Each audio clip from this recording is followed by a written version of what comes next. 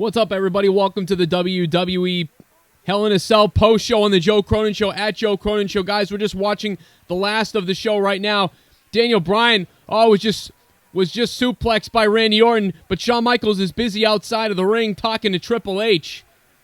This is bizarre stuff happening. It's starting to get weird right now, and that's why I decided to finally start live broadcasting, because it's starting to get a little bit bizarre right now as we basically watch, Triple H arguing with HBK.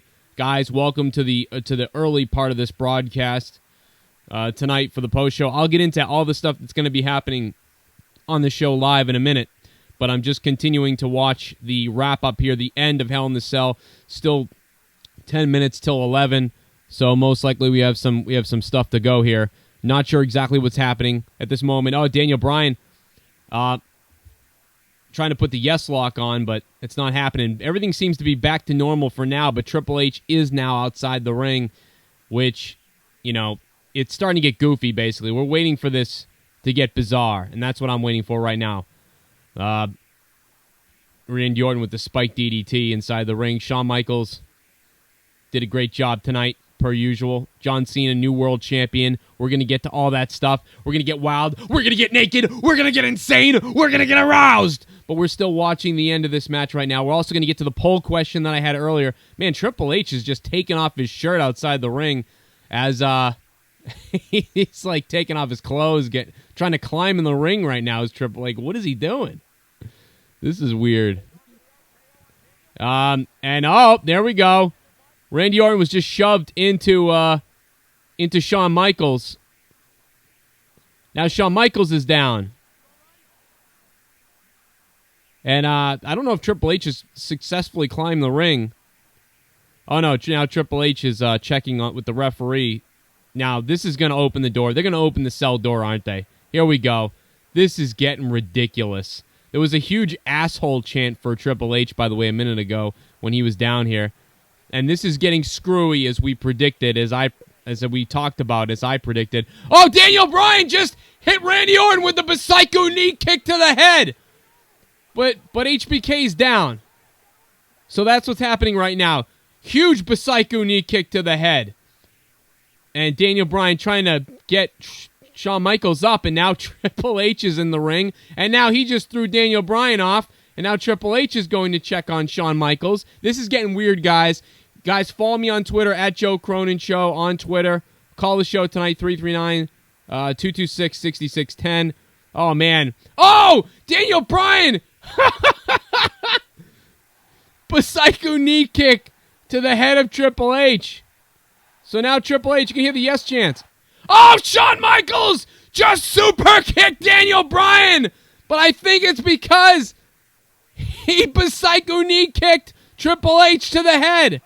And now Randy Orton's covering Daniel Bryan, and now Shawn has to count the 3. It looked like Shawn didn't want to count the 3, even though he super kicked Daniel Bryan. So exactly what I said was going to happen, happened. But it was like Shawn Michaels instinctively kicked Daniel Bryan, not because it was collusion with Triple H, but because Daniel Bryan had attacked Triple H, who is Shawn Michaels' friend. And that's why it looks like Shawn Michaels super kicked Daniel Bryan. And Randy Orton is the WWE champion. Randy Orton is the WWE champion by a super kick from Shawn Michaels. Hashtag saw it coming forever ago. Didn't we all see it coming forever ago? Oh my God, I can't believe they actually went through with doing it that way, when we pretty much all thought that's what was going to happen. Oh, my goodness. This is crazy. It was like Shawn Michaels kind of was shocked that Daniel Bryan Psycho knee kicked Triple H to the head, and he couldn't stop himself from trying to stick up for his friend Triple H, and he just instinctively super kicked Triple H.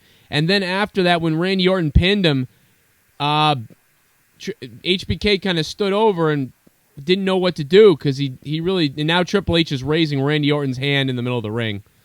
Oh my goodness, man! So now Triple H raising Orton's hand. Randy Orton is the WWE champion. Shawn Michaels super kicked. I can't even think. What the hell? So that's expected. That's what we expected, right? That's what we did. Kind of was shocked that Daniel Bryan. So there you go. There you have it, guys. It happened. It happened the way we thought it was going to happen. Unbelievable that it happened that way. Unbelievable that it happened the way we thought it was going to happen. I thought something different was going to happen. I thought we were going to see Big Show maybe.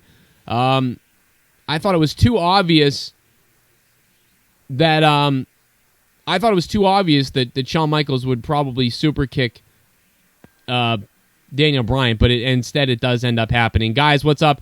At Joe Cronin Show on Twitter. Call the show 339-229-226-6610. I can't even talk. What's up, Chris? What the fuck just happened? What's going on? I don't know. What just happened? Like, what we thought that was going to happen, and it happened. Yeah, I mean, at least they gave the excuse of Shawn saw Daniel Bryan hit Triple H first. But what really upsets me about the whole thing is Hell in a Cell is useless. It's completely useless. It's not any more violent than any particular match. And the whole thing is, it will keep people out and keep people in. Well, Paul Heyman was on top of it, and Triple H waltzed right the fuck in like it was no fucking problem. So why the hell should we give a shit? No one's locked inside. No one's kept from coming in, and no one's kept from leaving. It's just stupid. It's terrible. Right. It is. It is dumb, and it's dumb because they're trying to make it more exciting than it is, because it's not exciting, because basically you can't get thrown off it anymore. You can't even have a match like with Shawn Michaels. You know who would maybe have a good Hell in the Cell match if they could wrestle all over it and on top of it would be maybe Seth Rollins and somebody. You know. Anyway, maybe Kofi Kingston. Maybe Kofi Kingston. I'll take that. Yeah, because he could do some weird stuff. But what? I mean.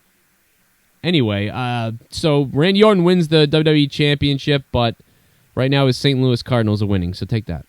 But I don't know, man. Like, it happened like we thought it was going to happen. The only thing, if you didn't see it, the only thing I can explain to people is that, like, you know, Shawn Michaels didn't just screw Daniel Bryan, and it wasn't a coercion with Triple H, which is the way to get out of it, by the way. This is the way they get out of it is, no, Shawn Michaels just turned to see Triple H getting attacked by Bryan, so he instinctively super kicked Daniel Bryan, and then didn't want to really cover. So, like I said, it's exactly what I said in the predictions. We were going to see, and everybody can look it up on Twitter, I said, just like SummerSlam 1997, when Shawn Michaels missed Bret Hart with the steel chair and hit The Undertaker by accident, and then he had to count the 1, 2, 3. That's what we got tonight, exactly. Right. I did make some joke about Big Show was going to come from under the ring and stuff, but it was kind of a joke, and I didn't think about the no DQ thing. But before in my predictions video, I knew it was going to be screwy, and you knew it was going to be screwy. Everybody knew it was going to be screwy, and that's what we got tonight was screwy. CM Punk said it best. That's what we got. Let's take a call because I'm out of my mind, and then Jaron will join us as well. 863, what's going on? You're up. It's been a long time since I've called, but the whole concept that they're doing, I thought with the cane, I thought they were going to do the same thing for like HBK, but to do to like Daniel Bryan, screw him over. Right. But apparently not. Yeah. What do you think's going to happen with the Miz and the Kane? Oh, with Miz and I think you can see Miz and Kane probably tag on like Monday night, or maybe they won't tag because Kane attacked the Miz. I forgot about that part. Yeah. Well, remember what they did with Daniel Bryan? They didn't like each other, but then they had to tag team. Well, and all.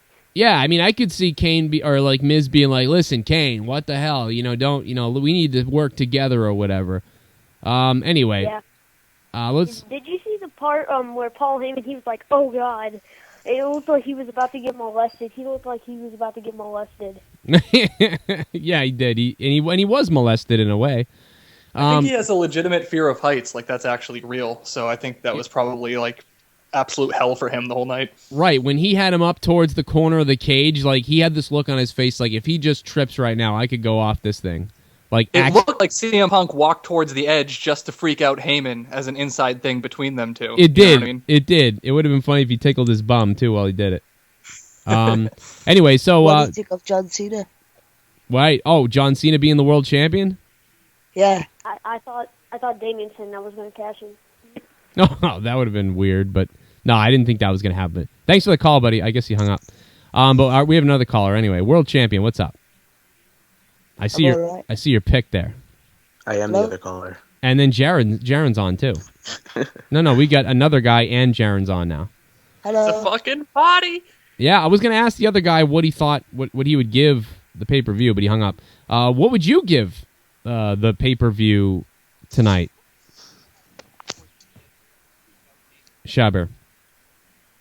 I'll give it 8. You give it an 8, yeah? What was the best moment of the night for you? John Cena winning the title. Oh man, you and Jaren should just start making out right now. Right? You guys loved it. We had Big E Langston headbutting into Dean Ambrose for a bloodbath made in a kiss. We had Goldust and the Rhodes retaining the tag team titles. We had CM Punk in a cage with a nice view of Paul Heyman's crotch for the entire match. And then they took it to the top. They took it up a level. They took it to the top of the cage. Nobody went through the cage, though. John Cena became the World Heavyweight Champion. Who didn't see that coming? Randy Orton became the WWE Champion via a super kick to the head on Daniel Bryan by Shawn Michaels after some wackaloo business. Who didn't see it all coming? We didn't see it. We did see it. Yeah, wackaloo. I made up a word.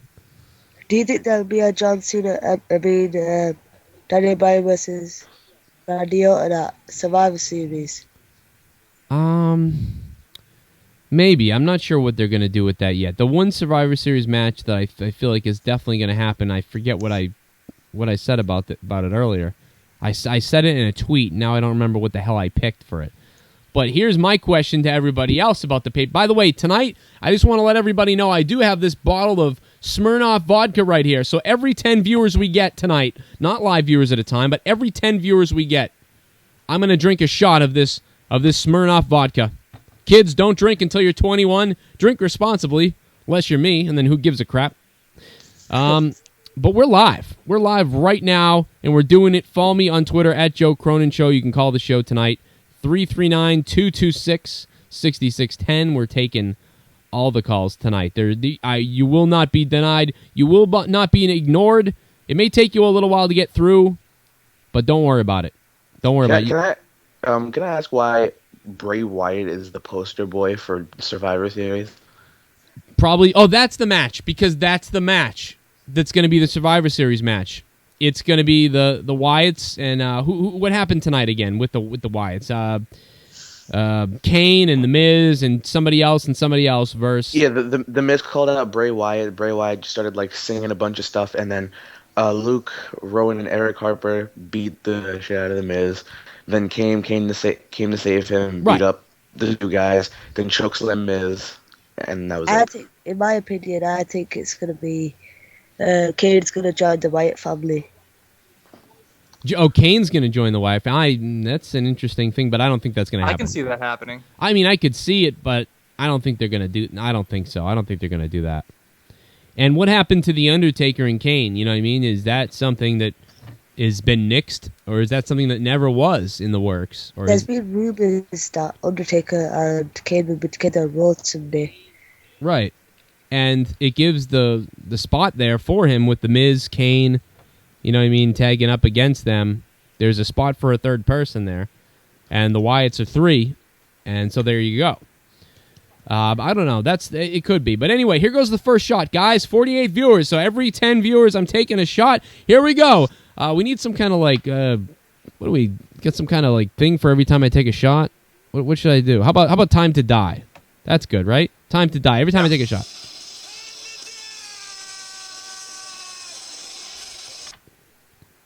Woo! First shot, baby. It's been a while since I drank. Here we go. Anyway, so what was? Okay. What were you gonna say? I said you also got to remember every 17 likes you got to stick your thumb up your ass. Oh yeah, maybe I'll stick my thumb up my ass every 17 likes. So if you see that like button, you're watching on your mobile device, your phone, or your PC, you just go ahead, you stick that thumb, you jam it up my bum, and you know what I mean. We get some more likes. Every 17 likes, I stick my thumb in my own ass, and there you go. Let's take another call. How about let's do 13? All right, buddy. I hope you stay listening. Okay. Had to drop you off, but let's take another call right now. 702 WWE Hell in a Cell. What do you think? Hey, I was just thinking that how does this work out now for Survivor Series? Do you possibly see a Team Bryan versus Team Authority?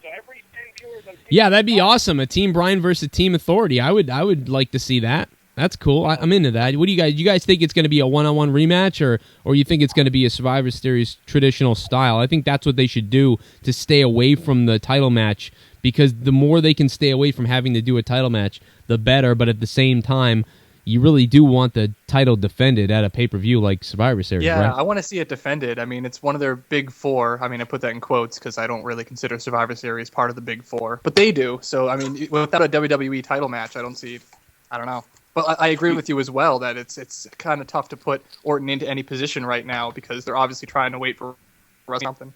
Right. And I hope that because Randy Orton is WWE champion, that they don't have another Randy Orton versus Daniel Bryan match. Right. That's not going to happen, right? Because then that'll be the fifth pay-per-view in a row, technically, where we've had a main event as Randy Orton versus Daniel Bryan to close the show, including SummerSlam. Right. So it'd be horrible. Please don't do that. I hope they don't do that. Let's read some quick comments here, and then I'm going to take my third shot because every 10 viewers tonight I'm taking a shot. So you got to put your thumb up your ass too. And I owe you a thumb in the ass. We need asshole chants every Monday night. That would be awesome. Jesse J said that. I'd be down for that. Yes. Let me add 239 to the conversation, but 239, hold your thoughts for a second while I read this next few comments here. I guess Triple H is the asshole. Let me see. Patrick Glynn. Yo, Joe. What's up, Patrick? Swine Flu Peanut. Sup, Joe? What's going on, man?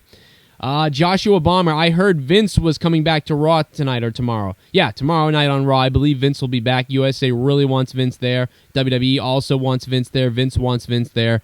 We're going to see it. DeVorge Fields. Glad I didn't pay for this screw job. I'm glad I didn't either. That other kid earlier gave it an 8. I mean, I forget who gave it an 8 earlier. I would give it tonight a 6. Which, you know what I mean, just because it was so predictable for the most part.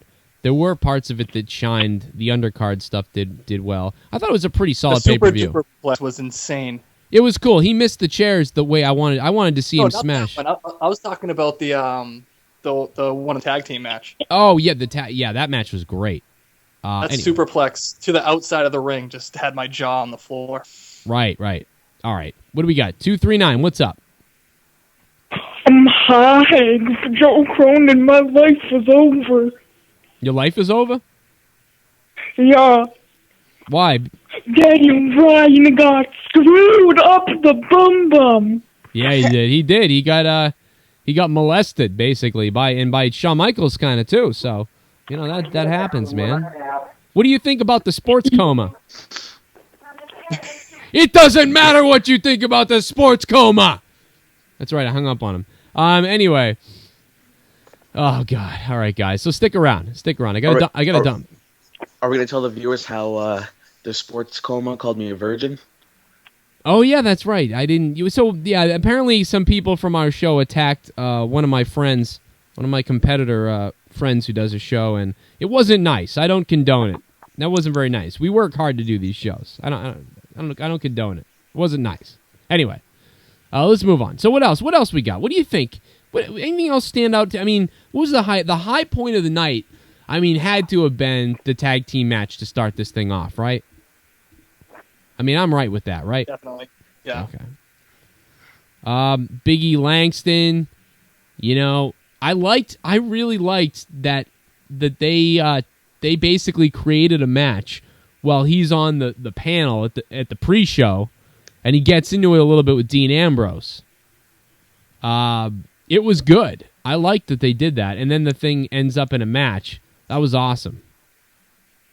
Monica Jones on Twitter said, "Do you think this bottle's big enough?" I don't think so. It's not big enough. But you know what? If I run out, I've got some more. I've got some more in another room. Wait, we have female viewers? Yeah, we've got quite a few female viewers. I don't know. Ever since that night, I pulled my pants down. It's been like weird. It's been bizarre. Speaking of which, you owe a thumb up your ass. I do, but we'll get to that in a second because check this out. Tonight's poll question. I got to go to the poll question. Are you buying WWE Hell in a Cell? And you can still go vote on this poll question on my Twitter now. Just search through my millions of posts. 22% said yes. 16% said no. 40. I guess that goes with this one. Watching for free. 47% of the people said they're watching this for free. 16% said not watching at all. Total of 32 votes. So WWE, I hope you're listening. 50% of your audience watch this for free illegally. Well, not. I guess it's not really. It's illegal, but it's not illegal to just watch it, I guess. But 50% of your viewers you're missing because you overcharge for pay-per-views, and if you just simply charged $10 for a standard definition broadcast, you would probably get the $10. You'd probably only have 10% or 15% watch for free. I mean, you'd only have the douchebag of the douchebag watching for free, right? I mean, I'm right with that, right? Yeah.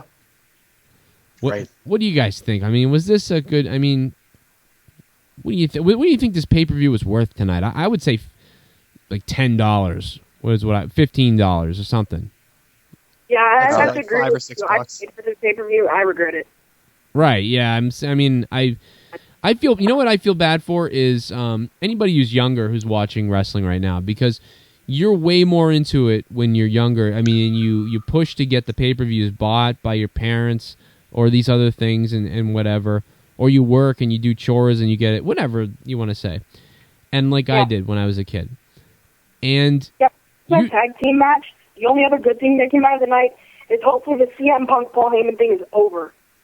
yeah, thank God, please be over. It has to be over. I would hope so. I'm still not convinced, but I hope it's over at that point, right? I mean, what the hell else is going to happen?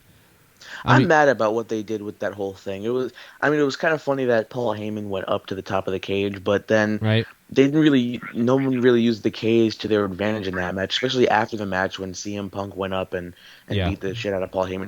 He could have done everything inside the ring, and it would still had like a standing ovation for CM Punk. Yeah. But on top of the cage, I mean, he didn't fall through the cage, he didn't get thrown off the cage.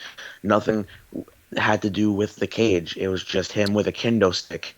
Yeah, I mean, they're what just did trying to force that gimmick down our throats because there's, like you said, and like I said earlier, there's no use for the cell in any of these matches, especially when people can freely walk in and out of them. Well, yeah, I mean, what are you going to do?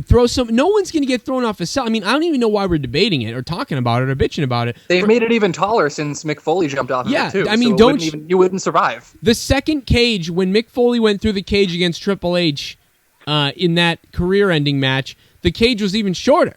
So all you have to do is know the bigger the cage is, the less chance someone's going off of it. That's all you need to know. By the way, I'm having my third shot. I got to drink 5. We're up to 53 live, but we've got over 100 views now. So anyway, what's up? We have a caller, 315. If you're trying to call right now, just call back. I'm sorry. I am already here. What's up? Well, no, there's other people calling right now, so they didn't make it, but they will make it after you. My Skype is jammed. I've got calls appearing all over the damn thing, and you gonna take another shot from me? Here it comes. I'm gonna gargle it like my jism. There you go.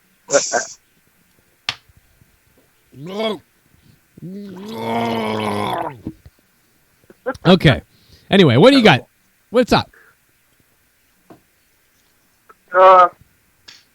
What do you think about the way that ended?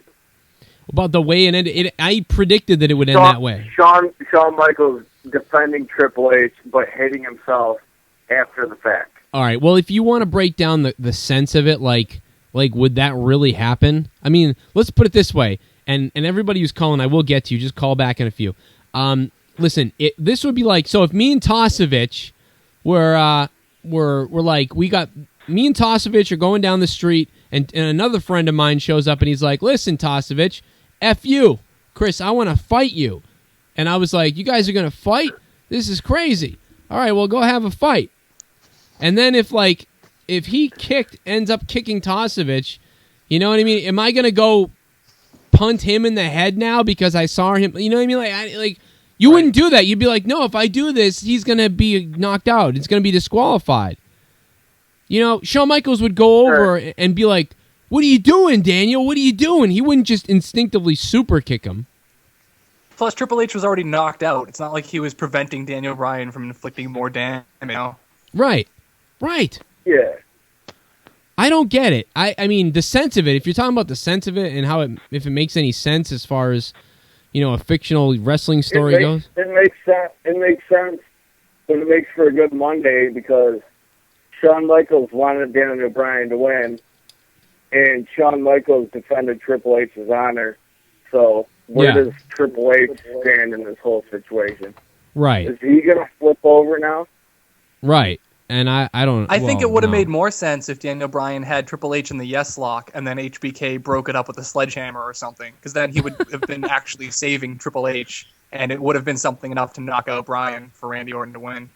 No, I'm actually satisfied and confused about what happened because, I mean, I was satisfied because I expected Shawn Michaels to just, you know, super kick Daniel Bryan out of nowhere, and I'm glad how they did it, how, like, you know, he the psycho knee kicked Triple H in the head, and then Shawn Michaels super kicked him. But this is what I'm confused about, and this is what's going to make a good Raw tomorrow, I hope, is how when referees usually get, like, knocked over by the superstars, something they, you know, they're quote unquote unconscious for a couple of minutes, but like this is Shawn Michaels. You can't just bump him and he's like, oh. That's a good point. God. He shouldn't have taken a ref bump like a ref. He should have taken it like a wrestler. Exactly. Right. So that's what I'm confused about. Yeah, I'm a little confused too. I'm not really sure what's up with that. Guys, we are leading right now in every recap right now. I just want to let you know. So good job. Good job, everybody. Welcome to @JoeCroninShow on Twitter. YouTube.com/Joe Cronin Show. You want to go subscribe on the YouTube site. I know we're live from Darkest Days 11, but it's only because we're banned from live events until March. So go to youtube.com/Joe Cronin Show and like it there. 706, you're on. I'll get to you in 1 second. 315, what did you have anything else to add? What would you give it tonight on a scale of 1 to 10? I would actually give it minus the Fandango match there. Which was totally retarded. I think everyone. I think everyone's in agreement.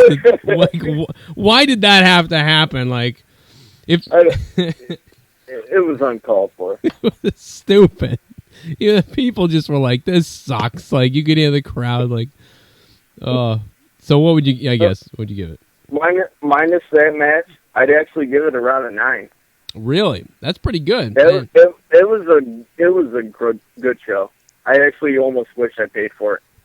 No, that's interesting. Well, I will say that when I pay for them and I watch them on the big screen and I put the surround sound on in my room, like I do get more amped up, and I like that. And I tend to give pay-per-views a better score when I do that, obviously because, I'm doing that. But, Well, also mentally, you're trying to justify a purchase, even if subconsciously. Right. You're like, oh, God, like, please, this was a good idea. This is awesome. This is an event. I'm here. Let's go. But it's like when you buy something and your wife's like, that's stupid. And you're like, no, I'll use it. It'll be great. And then it sucks. But every time she walks in, you have to be like, oh, no, it's still working out perfectly fine. Yeah, please don't give me buyer's remorse.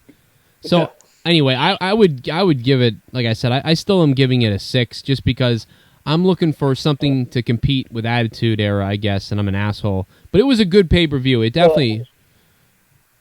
It was good. I actually got a kick out of Michael Cole first match the Triple Threat Tag Team Championship. Oh yeah, he came out and said that 3 men would start in the match, and then he had to retract the statement. Yeah, that was funny. They had some funny moments, those guys tonight. They had a lot of cheesy moments, but they had a couple funny moments. All right, man. Thanks for calling. I actually have to admit. What? If y'all don't know, Michael Cole is an alcoholic, so... Oh, yeah, for sure. If he makes some retarded comments, you know why. Right.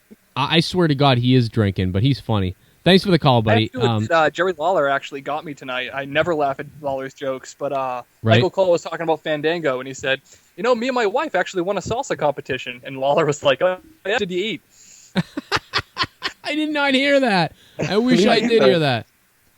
I just want to say, sorry. I'm sorry to Bill because I know he's a Cardinals fan, but got to wear the Red Sox. I'm watching it right now, so if I get distracted, it's because I'm watching. The Red Sox have 2 on with 2 outs in the 8th, and they're winning 4-2. Take that, St. Louis. Take that, Randy Orton.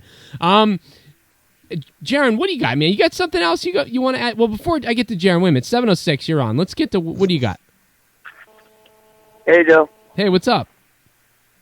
Pay-per-view was pretty good tonight. The thing I really didn't like was the Fandango match, and the Divas match really sucked. Oh, yeah, I forgot about that one, too. Yeah, the Divas I have wasn't... to admit, the Divas kind of impressed me. Natalya did some of her best chain wrestling and mat wrestling I've ever seen. Right, which Divas match are we talking about? Because the one at the end was terrible, except I did like the AJ hooking the submission maneuver on Brie Bella. That was a great spot. Everything else was crap. But yeah, the Natalya match was pretty good, I guess, right? Summer Rae impressed me. She was terrible. Which one were you talking about? 7:06. She can wrestle. Right. Well, which match were you talking about, though? Were you talking about the Divas at the end for the title, or were you talking about the one earlier? The one for the title was really good. Okay. It was really bad. So you didn't like the Natalya match, though? No, I liked the Natalya match. I didn't like the singles match with AJ and Natalya. Okay, all right. That's what I was trying to get at. All right. So, yeah, I didn't like that one either, but that's just because you got Brie Bella in the match. So, I think you eliminate Brie Bella, or they just have terrible chemistry together. I don't know which one it is. Brie Bella's fake voice that she uses when she wrestles, that she tries to go all deep and sound like a guy. It sounds like trash. She sounds so stupid. She also gave that stupid look at the end of the match when she was looking at AJ, like she's made a funny face, like a sad face. It was like, are you mocking her? Why are you making that face? That's not a face that you would make. She's a terrible actress. She's terrible at acting, and she's not that good at wrestling. So other than like sleeping with one of the top stars, she sucks and she's useless. I mean, does she must be blowing McMahon too, because I don't understand why she's there. Like, she's terrible. If the Bellas weren't twins, they wouldn't be in the company.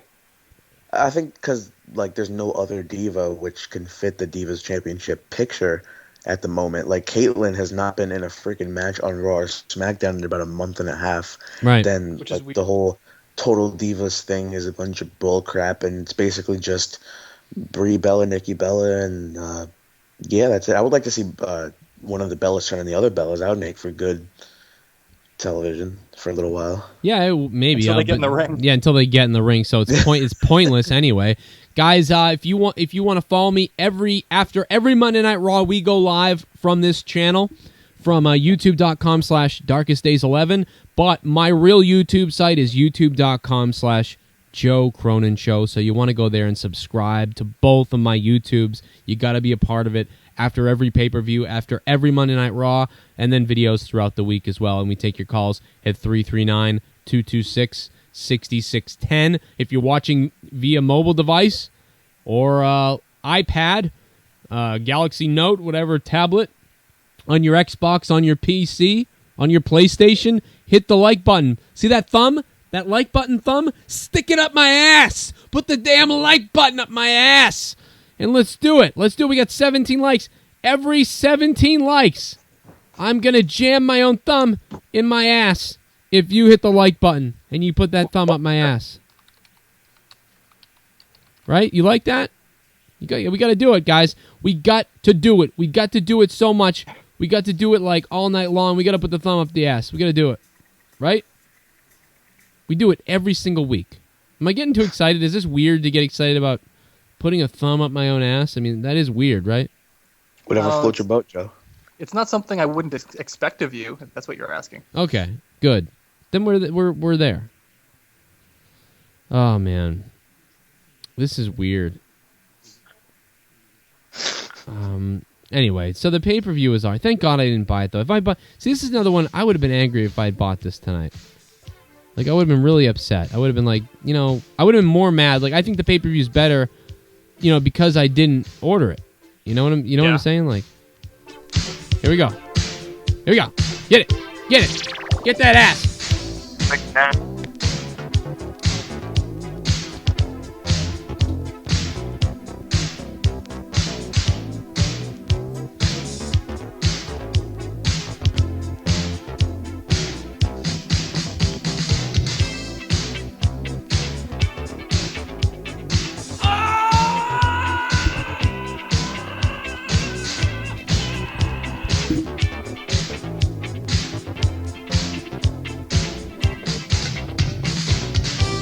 did it. I put the thumb up my ass. All right, anyway, back to wrestling. What were we talking about? If we get one more like, you have to do it again. Really? No, 17. Yeah, We're not at 17, are we? We're at 33 right now. Jesus, my thing is really behind. I got to do another one. So 631, let's take another call. What the hell? I keep ignoring the callers. What's up, 631? What's going on? We'll get to the comments on YouTube soon, I promise you guys. What up, Joe? Hey, what's going on? Not much. I thought I didn't watch Hell in a Cell, Yeah. but I read what was going on Twitter. I thought it was pretty good for what I read. Yeah, for what you read, it was pretty good, guys. It did look pretty good on paper. I'll give you that. Yeah. It looked. I got a question. Where do you think CM Punk is going to go next? Do you think he's going to have a feud with the new corporation, like with Randy Orton? Oh man, I don't think so yet. I think they're gonna. I don't think that's gonna happen yet. Because I'm tired with him and Paul Heyman feud, and did he just give him a GTS? Like I think that's just a waste of time. He's been wanting to get his hands on Paul Heyman, but he just gives him a GTS, and that was it. Yeah, I mean... Yeah, he was talking about murdering him and tearing out his eyeballs and everything. I mean, what could he have done? What did we all expect him to do? He's not going to come out with a gun and blast him at the face. I mean, yeah, but at the same... That's kind of the most he can do. Right. It would be cool if he threw him off the cell like what Undertaker did to Mankind. Yeah, Paul Heyman would have died, and I like Paul Heyman. Yeah, Paul Heyman would have died. It would have been...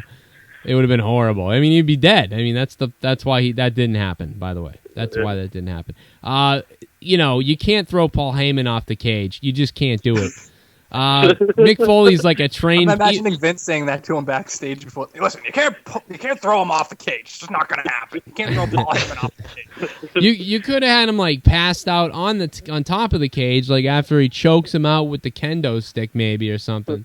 But you can't, what are you going to throw in an untrained person? And besides, even if you are trained, who the hell, you're going to get hurt. But the other thing was the cage was huge. That was an extra 8 feet or 10 feet than Foley fell if you threw someone off that cage. That is over. It's not going to happen. I don't understand. And listen, I'm not talking about you specifically, but many people say to me on Twitter and on my comments and stuff like that, why doesn't someone go off the cage and why doesn't this happen or that happen? It's not happening anymore. It's not Attitude Era anymore. Right. It's not happening. You can't even bleed. You can't even bleed. I miss the days where they used to bleed for everything. All right. Well, I you know what? And I get to a point where there was too much blood, like in the 2001s or whatever, when Ric Flair bled every Monday Night Raw. That was crazy. It was just you're getting desensitized to it. And in fact, I went back and watched that Triple H Mankind match or Mick Foley match, and people were almost desensitized when he went through the cage again because they'd already seen it. I got a question. How do they bleed like that? Do they cut their foreheads or something? Yeah, they cut their heads with a razor. Yeah. Well, I didn't think that was true, but I guess it is. Yep, There's actually two methods. The method they used to use is they used to slice their forehead, which is why people like Abdullah the Butcher and even Captain Lou, if you look at their foreheads, it just looks like an old, wrinkly, terrible vagina. It's just terrible. And look at Rhodes. If anybody was watching Rhodes, Dusty Rhodes on Raw, yeah, him too. He has the wrinkly forehead. It's not because he's that old. It's because he sliced his head so many times. The new method, though, is they take the corner of the razor blade and they just poke themselves in the head a couple of times, and that leaves a few dots instead of big strips of saggy scar tissue. Yep. And you do it towards just above your hairline, too, usually is good. Right. But, it's different methods happen. I got another question. Yeah. Do you think the PG era is fading away? It's just Stephanie and Triple H are mostly coming out on Raw? And on all the shows? No, unfortunately. This is a question that we talked about for the last 7 years. Or not 7 years, but it feels like 7, but it's been... Because, I was on Twitter, someone was saying that the fans, when Triple H came out, they were chanting asshole. Yeah, and I think that was pretty cool. Unfortunately, it will take all of you. It will take all of the WWE Universe. By the way, I just took my 6th shot. Everybody chanting stuff like asshole and this sucks and fuck you. It will take that type of stuff to return to an Attitude time. I think WWE understands the buzz for the Attitude Era. Yeah. Well, the But I other think catch-22 is that we come out here saying, oh, we're not going to buy the pay-per-view, so this is trash. And sits there and thinks, well, the kids still buy it, so let's make it for the kids because we don't give a shit about the people who aren't going to give us money anyway. But at the same time, we're not going to sit here and buy the bad pay-per-view just so that we can get our word out there. It's a terrible catch-22. Right. Right. But I think if they do change it to TV 14, then more people actually want to buy the pay-per-view. Like more guys will actually want to buy the pay-per-view because they actually want to see what happens instead of the low-quality stuff that's on the laptop. And you have to. They're afraid of all the liberal parents being like, "Oh, there's boobs and blood." Well, now my kid's not going to order it, so they're going to miss out on all that demographic. And I bet they'll still order it no matter what because it's still wrestling. Right. It's still, and they did. We did, but once you saw, nobody can understand with the Attitude Era. When that stuff happened, it was like you could not turn away. You had to watch every pay-per-view because somebody might die or go off a cell or get busted open or crazy things, or you'd see breasts. You had to watch because you just didn't know what the hell was going to happen. And now it's just going through the motions of wrestling, but wrestling's been that way for forever. So it's hard to argue either. It's easy to argue either way, but people are clamoring for the Attitude Era so much. I'm surprised that we're still in a PG state. I thought when CM Punk was like building, when they were building up CM Punk, I really thought Attitude Era was coming back because when they did with WWE 13, they bring the Attitude Era. CM Punk is. If CM Punk was in the Attitude Era, he would be perfect for it because he has that attitude. He doesn't give a damn about the company or what they say. Right. He does what he wants to do. And I think that's what they're doing is they're using him to channel some of that so they can cover every base, but without going over that line. Yeah. The fact of the matter is, though, the only reason we had an Attitude Era is because the WWE was bleeding money and losing fans to ECW and WCW, and they had to do something different. Right. And right now, with no competition and them actually turning a profit every year, until something terrible happens to the company where they're not... Shot number 7, folks. For every 10... we're not going to see any changes whatsoever. Every 10 viewers, I'm going to take a shot, just so you know. This is number 7. Here we go. Go for it. Go, go, go, go, go, go, go. I'm going to get messed up. This is going to be messed up. I also read on Twitter, someone posted, tweeted that some TNA is like the company is about to be done, it's about to be over. Wait a minute, what? They said TNA. Yeah, they said it's confirmed. Confirmed that what? Wait a minute. TNA is about to be shut down, it's about to be over because I think what after what happened for Bound for Glory is there was barely anybody in the seats, barely people went to the show. Well, so I think they said it's about to be over. As long as TNA is drawing somewhat of a rating on Spike TV, and they have Spike TV, I don't know why they would be over unless they're in such distress that it's unbelievable. Because I would believe. Wasn't Ring of Honor supposed to be over? Well, Max is still on. Well, they changed management, so technically the original Ring of Honor did end, but they kept it pretty much the same, which is pretty awesome of them. Right. And I think Ring of Honor could be something that could compete with WWE, but they're in WWE's pocket at this point, so that's not going to happen. What do you think of WWE bought TNA? Nothing would happen other than the talent, and they don't need to do it. They won't really do it. I mean, at some point... They'll just pick up all the talent that they want and then just leave the rest out to dry. Here's what they would do if TNA ever went out of business because Spike TV crashed or said, we're done, guys, we're done. WWE could acquire their stuff to sell the best of TNA. I could see them doing that to turn a profit. And then that's it because there's no more TNA. But as long as TNA has Spike TV, they'll still be on the air. All right, and they're actually making a deal to go back to Florida for the studios, so they can just do the show from the studio. Because I think they realize they don't quite have the global audience, or they don't have the U.S. audience to show up for the live shows that they need. So they're going to go back to the studios in Florida if they can get a deal. So that's what's happened with that, guys. Thanks for the call. I gotta let the callers go. I'm gonna get to some of these comments. Hell in a Cell pay-per-view has ended. Follow me on Twitter at Joe Cronin Show. You can give us a call tonight. I'll take calls again in a few minutes at 339-226-6610. For every 10 live viewers we get tonight, I'm going to do a shot. We have reached over 70 total, so I took 7 shots, and we're still counting. So that's really cool. So anyway, let's get to some of these comments here.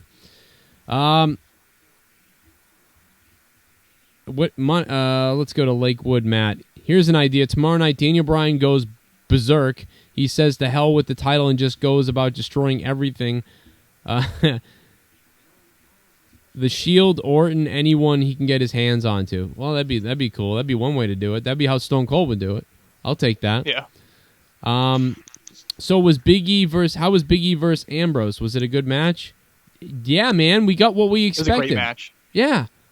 From Big E. What were you talking about that you liked in the match earlier? I just read that they each got stitches for that massive collision that they had. And on top of it all, I just think Big E looked a beast. And there's something about Ambrose that just makes you want to watch his matches, which is weird because he has a very, very short moveset compared to the moves he used to use in CCW. And he just kind of brawls, and you expect it to be boring. And on paper, it sounds boring. But when he's in the ring, somehow he makes it work. Just his actions and his facial expressions. I mean, he's the opposite of the Bellas. He's really good at acting in the ring on top of wrestling. Right. And he's so good. I mean, and Big E was so good like we kind of expected. And we got that. We got the Big E that I've been dying to see in a match with somebody. The suicide spear was incredible. That was awesome. I went and looked at it again. That was awesome. The whole thing was great. I was so happy that Big E, when he started bitching at Ambrose back and forth on the pre-show, I was like, yes, finally we're going to see Big E Langston put in a spot. And we got to see the U.S. title defended, which was a good spot. Why couldn't the Intercontinental title be defended on the show if the U.S. title was? I don't understand that. Axel's injured. I know why he wasn't there, yeah. But Curtis Axel's injured. For everybody who wondered why he wasn't there, people were like, Can me and Chris give our ratings for tonight? Did you? No, you didn't. Okay, go for it. What do you got? Chris could actually go last. I have a little bit of a rant to go on about the night. Yeah. I'm going to give it a 7 simply because the high spots were good enough for me to bump it up from the lowly 6 that I was planning on giving it before I even watched the pay-per-view. The high spots were actually really, really good. As much as I hated the fact that Daniel Bryan missed all of the chairs, that really, really soured the whole night for me. But aside from that... Made a noise, at least. Yeah, it made a noise, but I mean, after all that, stacking them all in a row, making sure it flipped the right way, they were building it up so big, and then his foot hits one chair, and then even commentary were like, "Oh, okay." And Shawn Michaels was like, "Oh God." Yeah. Yeah, even Shawn Michaels was like shaking his head, and he was supposed to be shaking his head about the pain, and he was supposed to be wincing because of Daniel Bryan being in pain, but you could tell he was just wincing because the spot fucked up. Yeah. But all things considered, though, I'm going to give it a 7. All right. I'm going to go ahead and give it a 5 because I did not like a lot of points in the show. I loved the triple threat tag team match. The Miz and Bray Wyatt thing, I think, could have waited until tomorrow at Raw because I honestly don't know why it happened tonight. I mean, it happened so that Kane could come out. And there was a pop for that. I mean, I actually didn't mind that part. I hate the Wyatts, but I thought the spot was good when Kane came out. I thought it was kind of like, yeah, he's back. Yeah, okay. They needed something to boost tonight, and a return of Kane was perfect. Yeah, I didn't mind it. Then it started to go downhill with the whole Kali and fan of Dick and Balls and. Well, that's when it got bad. That when Kali came out, I mean, who cares? I mean, Fandango is done for me. I mean, I don't know who's left to defend his character. He's like Zack Ryder. It was fun for a second, and then it went away. And then I honestly didn't like, as much as I love John Cena. I didn't like that match. I really didn't like that match, and it was obviously all expected with the promos and stuff that John Cena was going to win the World Heavyweight Championship, even though in in the final promo, they showed like how Brother Real was like, no, we've gone soft and stuff like that. But it was expected. A lot of stuff was expected, like the whole, like the CM Punk. Wait, see, I just got distracted. Thanks, Joe. Yeah, see. The whole the WWE Championship match. Here's a shot. We got another 10. Here it goes. Keep going, Jared. Go. Okay. Rapid fire. Actually, was it?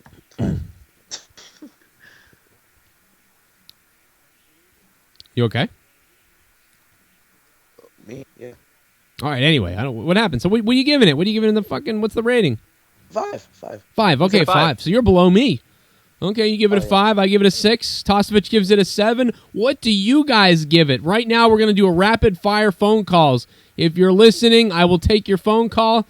I will take your quick opinion. I will take your rating. And you can call the show at 339-226-6610. You can tweet any questions you want to me on Twitter. I will read them tonight as well. If you can't get a question answered on the comments on YouTube, because it's kind of a pain in the ass sometimes to see them all, you can just tweet my Twitter at Joe Cronin Show, but call 339-226-6610, and we'll do rapid fire. So let's take a rapid fire right now. Here we go. 315. What'd you give it? Yo, what's going on? What's up, man? What you giving Hell in a Cell tonight? I've already actually been on, but I'm gonna still give it a 9. Oh, that's right. You gave it a 9 earlier, right? What's up? Yes, I did. All right. Sweet, man. Thanks for calling again. And now we hung up on you. And now here's another one. 239. What's up? What do you give it? Oh, man. I'd probably give it a 7.5. Yeah, that's cool, man. You thought it was pretty good. Did you buy it? No, I illegally streamed it. Ha ha ha ha. Who didn't, by the way? And by the way, none of us are afraid of admitting that ever. Like, you never see anyone being like, oh, well, I didn't watch it legal. Everyone's like, yeah, I fucking streamed it. I don't give a shit. Come get me. Right. And that's the poll question tonight. And guys, the poll is still open. So go over to Twitter, twitter.com. Go find me at Joe Cronin Show. That's JoeCronin. SHOW, Joe Cronin Show. And I believe my last tweet was the poll questions. Go vote, and you can click on the link to the poll question and go vote and add yourself to that poll. So we had 32, now we got 33. So someone else went and voted. So good. So continue to vote. I'm going to leave the poll open, and you just go to Twitter. Just subscribe to me on Twitter or follow me on Twitter at Joe Cronin Show. And answer the poll and the Twitter questions. There you go. Let's get to some more comments. Lakewood Matt 67. You don't need blood or swearing. Just bring back the idea of ruthless aggression. Nobody is safe. That's fine too. You don't need a ton of blood and swearing. I would like a little bit of both of those, but you don't have to go nuts. Lakewood Matt. They would actually onto something when you had the rebellion going on a few years back until against the Authority. What the hell happened to that? Yeah, I know. It kind of died out. And you talking about Nexus and stuff like that? Do you even lift, bro? What's up? Colette. Chiric. Okay, I'm at shot number 5. Where are you at? She's taking shots with me. I forgot she was going to be doing that. Where's my shot glass anyway? We have to take another one. For every 10 live viewers tonight, I'm taking a shot. I just did number 7. This is number 8. I'm going to have to get a refill, guys. I'm going to get messed up. I think I have to put another thumb in my ass later on, too, by the way. But were you guys excited for Kane at all? When he came out, were you like, yeah, Kane, I didn't expect that, actually? Or were you just like, whatever? At first, I was like, hey, and then I quickly remembered it was Kane, and I was like, oh, okay. Kind of, my excitement just dropped. Right, he's back. Okay, there's Kane. What else happened tonight? I mean, the tag team match was awesome. I would say my favorite thing of the whole night was the tag team match. And then everything else, for the most part, I think was as expected, right? CM Punk Ryback was just terrible. I hated it. And I love CM Punk. And their last Hell in a Cell match wasn't even that bad. I actually kind of enjoyed that match last year. But this one was just terrible. If you take away the cell, it would Right. look like a fucking SmackDown match. Can you also tell me why? I was hoping that the Los Matadores would get booed out of the building and people would actually be cheering for Jack Swagger and Cesaro, who are managed by basically a racist. Like, I mean, what the hell happened with that? 132, the 6132. What's up? What do you give it tonight? I gave it a 2 because of the horrible Fandango match. The one match just killed it. Okay. Destroyed it for me. I mean, I can overlook one match. You know, I mean, that definitely was the crapper, and everyone keeps bringing it up because it was just ridiculously stupid. But I mean, I wouldn't take it down to a 2 for me just on that alone. I think Summer Rae was all right though. Yeah, no, she was okay. That wasn't that bad. But I don't know. I don't remember any of that because I was just so blah'd by it. I don't know what. Khali doesn't belong on pay-per-view. No one should have to pay to see Khali do anything. Right. He's so slow. I mean, it's funny when he waffles someone in the head, but that's it. And he looks big live. I don't know what else is there. Why am I paying for this? Why would you pay $50 for this crap? Can you imagine if somebody paid $50 for this? I would shoot myself. I would shoot my own kids. Exactly why I watched it for free. Right. Who didn't, right? I mean, like, why would anybody pay for this? If WWE, just look at the poll question tonight. I mean, look at this. 50% said watching it for free. You know, that's 50 times 10. You know, that's 50% of your audience. That's 34 people. So that's like, you know, say 17 right there. 17 times $10. I bet you WWE would have made $170 off them if they made it $10 for the pay-per-view. Instead, nobody ordered it because it was garbage. I'm surprised 21% said they bought it on that poll question. All right, I mean, I know people. Nobody at all. I know people who pay for streams illegally, but they're like HD streams, or they're at least guaranteed not to go down, and they pay like $5-10 right. to stream illegally. If they'd let you stream it on the website for $10 in standard definition, I mean, what the fuck's wrong with that? I love Champ 2919. He wrote Joe Cronin show greater than all WWE pay-per-views. I'm putting on more entertainment here than they are in these stupid pay-per-views. Especially when I molest to be fair, my those things influence one another, though. You're right about that. I'm being pretty calm tonight, though. I'm not doing anything really crazy tonight. You know, whether that's a good thing or a bad thing, I don't know. But, you know, we'll find out. Let's get to some more comments, too. Look, no one had a problem with Undertaker's ministry. Fought against McMahon's corporation. Two heel groups hated each other. It was good. That was Lakewood Matt 67 who said that, by the way. Until McMahon was revealed as the higher power. Yeah, that's the part that, like, oh. You know what? That sits right next to, I did it for The Rock. I did it for the people. I did it for the, shut your fucking mouth, you fat thong-wearing fatty. Or whatever the hell The Rock said. Like, you know what I mean? You string along this thing for a year, and it ends up being Rikishi who hit Stone Cold because he wants another Samoan to be the fucking... Like, that was the dumbest thing ever. And that's right up there with there's this higher power coming, and then it's just McMahon the whole time. The anonymous GM, that's another one. Anonymous GM. Vince McMahon, the limo got blown up and he apparently died, but it was just him faking his own death. Right. That was supposed to go on a lot longer, and that was actually... might have been one of the most interesting things in wrestling, but then Benoit killed his family, so McMahon had to come out the next night on Raw just to make a PR statement and completely throw away his whole faking his own death thing. Right. Yeah, that got ruined by Benoit. Benoit's a lot. I think that's... See, I don't think it's as much that he killed his kids that McMahon's upset at Benoit. I think it's he ruined his angle. That's what I think. 760, what's up? You're on. What do you think of Hell in the Cell? Here's a shot.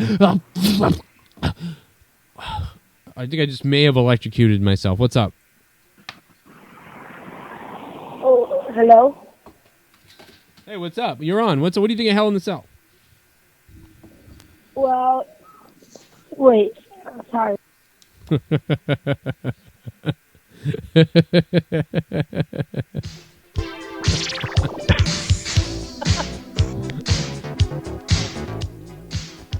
Huh. Do the funky funk. What up? Yeah. I'm gonna play that every time there's a failed call. Did you hear that creepy laugh that Joe just did? The one. I have a new set of Magic cards that I have to open tonight, by the way. So just so you know, I got a core set 2014.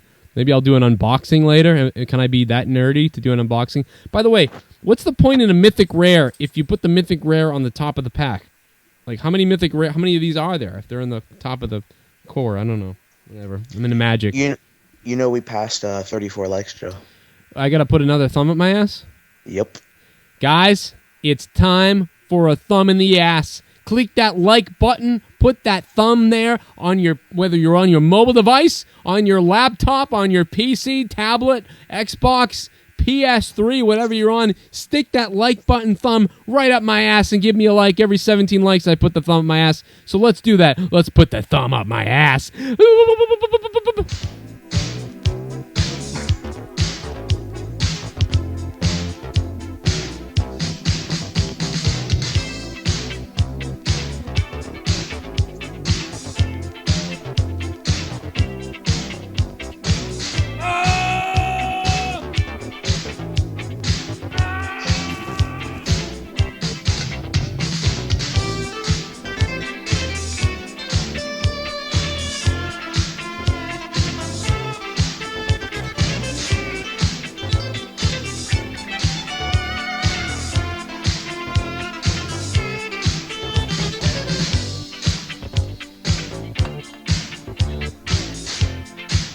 You're listening to The Joe Cronin Show with over 1 million views on YouTube. 1,500 subscribers. YouTube.com/Joe Cronin Show. Live tonight via YouTube.com/DarkestDays11 with all of you fine people. Follow me on Twitter at Joe Cronin Show on Twitter. And get it pretty nasty. It's getting nasty in the Red Sox game as Dustin Pedroia makes the second out of the inning with a man on first. 4-2 Red Sox. What's up? Where did you get that fucking song? I have no idea. I typed in gay hippie skater music. And there you go. It's actually an old song. It's just like the instrumental to an old... Hold on, let me look it up.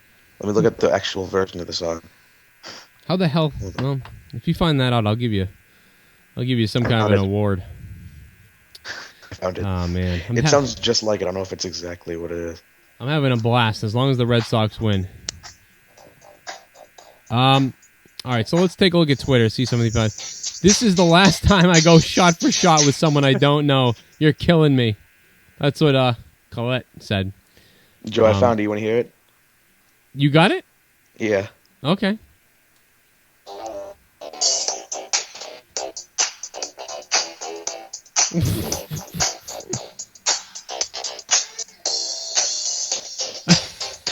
What is it then? You know what it is? What'd you say? What is it called? Do you know what it's called? She's a bad mamma jamma. Oh, man.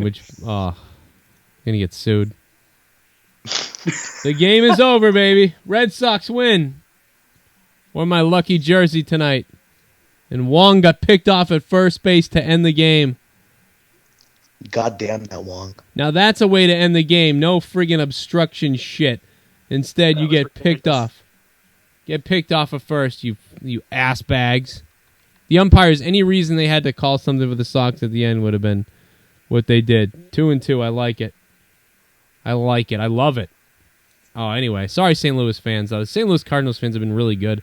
I'll never forget in 2004 when the Sox won 86 years. You know, we wanted to kill ourselves. And the fans were so cool. They felt bad for us. You know, I mean, they were like, at least we lost to the Red Sox, the poor fucking team. She's a bad mama jamma. That's what Champ 2919 said. Definitely more entertaining than Hell in a Cell, Colette. No, you never know. I could get even more entertaining. I'm starting to feel these drinks a little bit. Things may start going off the rails soon. Start getting a little bizarre. Stuff, catching up to you, right? I wish if I still had my 6-pack, you know, I'd probably wouldn't have a shirt on already. Do you have work tomorrow? Yeah, but not till 8. I mean, not till 10. 10:30 I work, so I can get away with what I'm doing right now. You know, otherwise I'd be in trouble. Anyway, the poll question, man. Oh, look at that question. 47% watch for free. Unbelievable. CM Punk in Hell in a Cell against Ryback was as expected. It was dog shit. It was stupid. It wasn't any good. Paul Heyman was on top of the cell. Just to give you these multiple different visuals was the reason. It was stupid. The tag team It wasn't match, even just dog shit. It was Chihuahua diarrhea. yeah, Let's be honest. yeah, running down a waterfall into an old man's head as he sat in front of the waterfall thinking his vacation was going well. Whatever that means. Seth Rollins and the tag team championship match with the three-way tag team. I liked it. Great stuff. Big E versus Ambrose impromptu match. Enjoyed that as well. Randy Orton versus Daniel Bryan. HBK Superkicks Daniel Bryan on purpose by accident. And as I predicted, by the way, if you go back and watch my predictions on youtube.com/Joe Cronin Show, take that. I'm a fucking wizard. There was no way that if no one can get in the match and Shawn Michaels wouldn't have gotten injured, that it could have ended cleanly. Right. Oh yeah. And you knew it wasn't ending cleanly, like right away from the get-go. Like this is what I said on my predictions thing. I said everything, and the only thing I'm curious about is the last match at the end of the night, because all hell's going to break loose. And if you go back and watch this broadcast that we're doing right now from the beginning, you will notate that I turned this on as soon as Triple H came out. I go, here we go, stuff's all going to hell. I'm going live. So, and that's what I did. Hey, there are 3 dislikes, Joe. You have to swallow peanut butter. Did I say something like I was going to swallow peanut butter? I don't remember that. I don't think so. All right. Now, this is Maybe just entertaining. peanut butter. More ratings than TNA, says Dillis Jams. He's right, too. I don't know. Joe Cronin Show is much better than WWE pay-per-views. That's awesome. Pretty soon, when things get a little more together, I'm thinking about, having I'm setting a ring up in the backyard or something, and then just getting the cameras, and I'll have like a fucking, I'll have a fucking thumbtack match or something with somebody, whoever's down for a thumbtack match. I don't care if I got to find someone on Craigslist to come over here and wrestle me. I'll have a thumbtacks match on Craigslist, and then I'll do the rest of the show bleeding from the head on YouTube. I don't know. We'll think about it. We'll see what happens. It's coming down the pike. Swine Flu Peanut says, Goldust's pink gloves make me want to punch myself in the face. That's his only thing that's like, what? But it doesn't bother me because it goes with Goldust. It's just fucking bizarre. It's like, it looks so stupid. Really? It doesn't bother me. It does look stupid, but that's the whole point, is like, this is ridiculous. He should wear a whole pink outfit and call himself Pink Dust. Yeah, he should have been Pixie Dust or something for a month. Here comes Pixie Dust.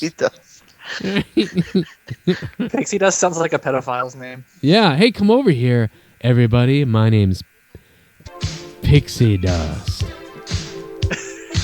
You're going to get sued.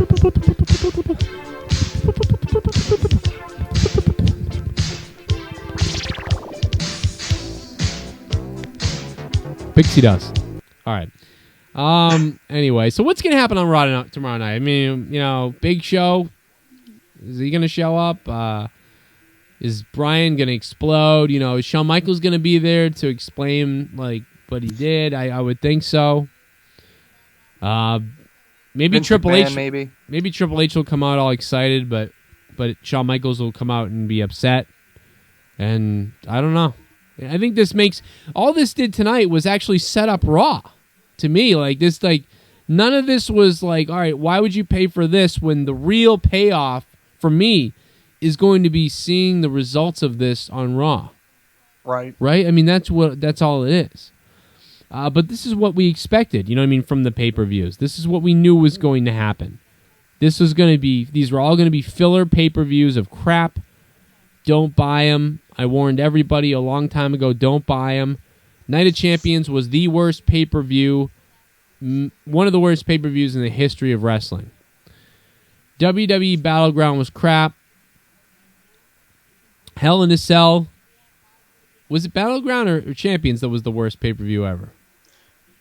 Night of Champions. Champions, right? Yeah. It was Night I'm glad I didn't go to that and went to Battleground instead, right. Even though Battleground was a piece of shit. Battleground was bad too, but Night of Champions was terrible. And then Hell in a Cell was as expected, like okay, but not Hell in a Cell. It was Heck in a Cell at best. Yeah, it was Heck in a Cell. Exactly, Heck in a Cell. They might as well just call it that and be douchebags. Then Survivor Series will be probably better than all of those pay-per-views except for SummerSlam. You know, I'm thinking Survivor Series will be actually no. I'm kind of thinking Survivor Series could just be another throwaway, and then you got WWE TLC, which may take a step up, but it may also be garbage. I mean, I think you're looking at garbage. This is what I've said this. You're looking at garbage until Royal Rumble. Because think about how awesome it's going to be. Once we get past TLC, think about how great it's going to be. We got Royal Rumble, Elimination Chamber, WrestleMania. Are you guys ready? Are you ready? You better get ready to bow to the master. Like I said last time, winter kind of came early, and we have a shitty winter ahead of us. And they started doing the shit in the fall, where normally the fall is okay, and then the winter sucks. But I don't know. Actually, I went to the TLC last year in 2012, and I actually loved it. It was great with the whole 6-man tag match and the whole ladder match, and how Big Show brought a big-ass chair in and smacked Sheamus in the back with it. You guys remember that? And all that was great, but you got to think around that time, like on Raw, everything leading up to it. Although the pay-per-view was good, I mean the storylines were kind of weak and just treading water. Nothing serious was happening. Right. Yeah. And but I think I'm excited for this once we get past TLC, because you're on a roller coaster ride for awesome, because it's interesting to see who's going to win the Royal Rumble every year. It's interesting to see who's going to guest appear in the Rumble. And usually the rest of the pay-per-view can be okay or bad, but you know the Rumble for the most part will be interesting. Even if it's not a good Rumble, it's fun to watch. I've never regretted ordering a Royal Rumble, and I've ordered almost all of them since I started watching. Right. And I agree, and I think that's awesome, and I'm happy about that, and that's why it's exciting. An Elimination Chamber can be the same thing, as long as there's 2 Elimination Chamber matches. I think last year there was just 1, right? And I was shocked by that. Yeah, they did that last year too. I think they're Hell in a Cell. Right. And so I would say as long as there's 2, then if there's 2, I'm good. But if there's less, I mean, I don't want just 1 chamber match. I want 2. Also, it's confirmed. I got the sheet from a security guard I know that worked at WWE. I am gonna be in New Orleans for WrestleMania 30. So I will call you guys. If you guys aren't there, I'll call you guys right after. Oh, yeah, that's right. WrestleMania. That's right. So Jaron's going to be at WrestleMania 30. I forgot. That's awesome. Chris Rose, if I were Big Show, I would have driven a stolen police car, rammed the ring with it, and cleaned house with barbed wire. But can you imagine? All right, here's your scenario for that, by the way. The only thing that would be awesome is if Big Show was outside and the cops and everything were there to keep him away or whatever. And Big Show, knocked out a whole pile of cops or something, grabbed the cop car, and then went speeding through the garage. And that was the last thing you saw. And you're like, what the heck's he doing? What the hell? And then a police car came flying down, and you had one of, the security guards standing in front of the ring or something on Raw. And, trying to stop him from coming down with the car, and he hits the guy, because the guy would jump and flip over the car. Think of how awesome that would be. You know what I mean? But I don't know if PG and all that stuff, they can do, let's assault some police officers and steal the car. I don't know if they're I'm down. just picturing Big Show getting out of the car and seeing the guy hit and then crying.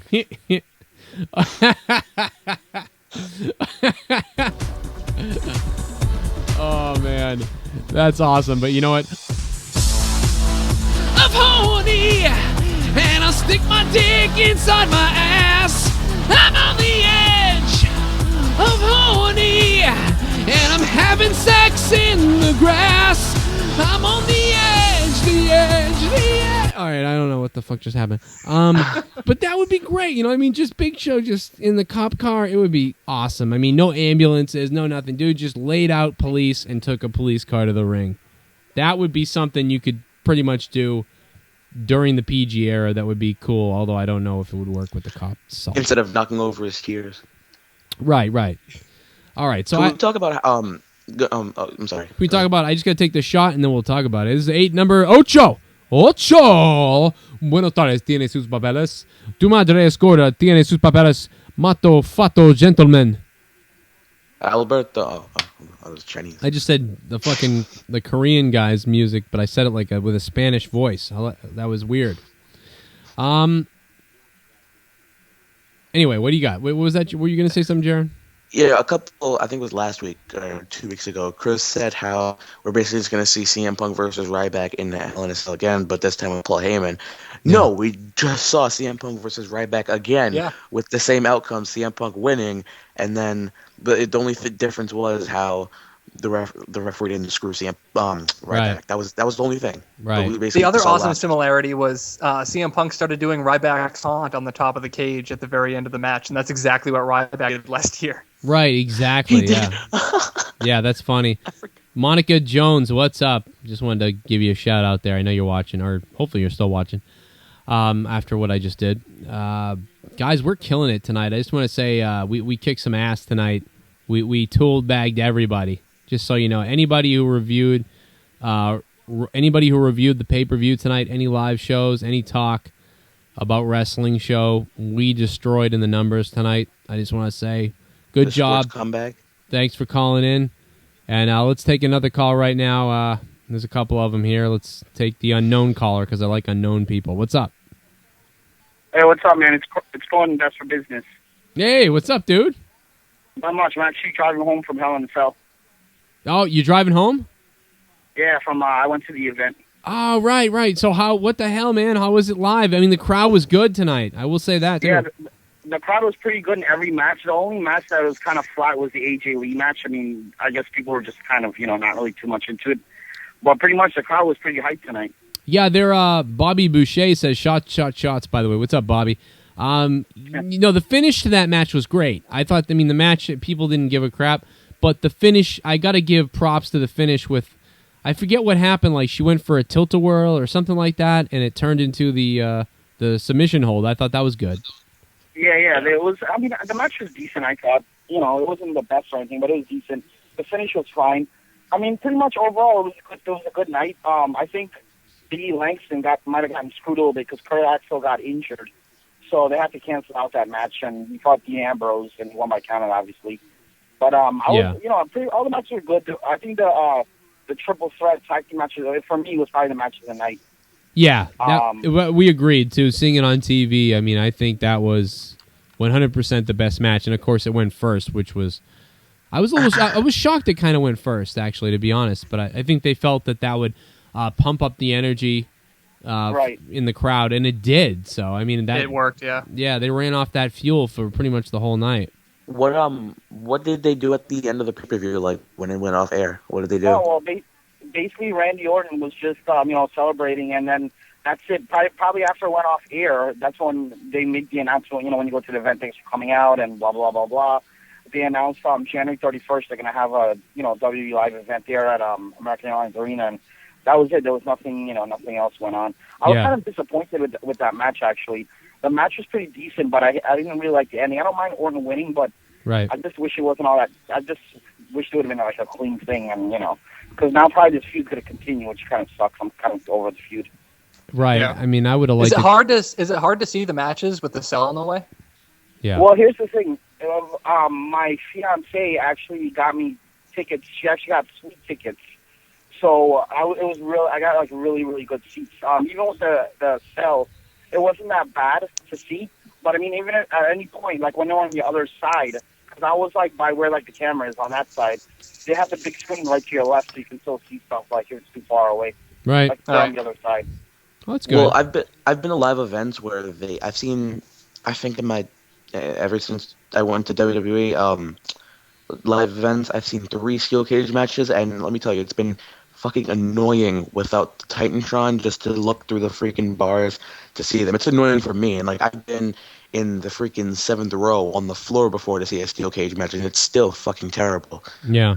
No, I agree with you because I went to WrestleMania 28 and Triple H Undertaker match. Pretty much the entire match I was watching on the big screen because angle, and I had pretty good seats for that too. But yeah, sometimes it's a little difficult. Yeah. So what'd you guys give it as far as rating? What'd you guys give it? I gave it a 6 earlier. Jaron gave it a 5, and Tosevich gave it a 7, right? Yeah. Really? I thought it was better than Battleground and Night of Champions. It was better. It was better than Battlegrounds and Night of Champions. What did I give those? I think I gave one of those a 5. I think you gave Battleground a 7, if I'm not mistaken. Really? All right. Maybe I have to work on that then, because it was better. It was better than the previous. It was better than the previous 2 pay-per-views, I think.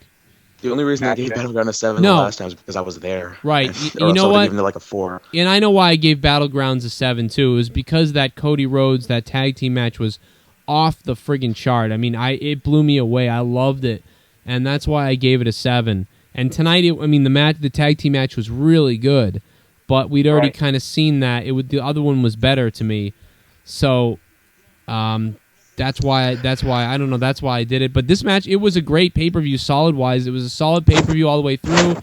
For the most part, you weren't robbed like you were on the other ones. It's the best pay-per-view since SummerSlam. The crowd was great tonight. So, yeah, maybe I think I slighted it a little bit, but...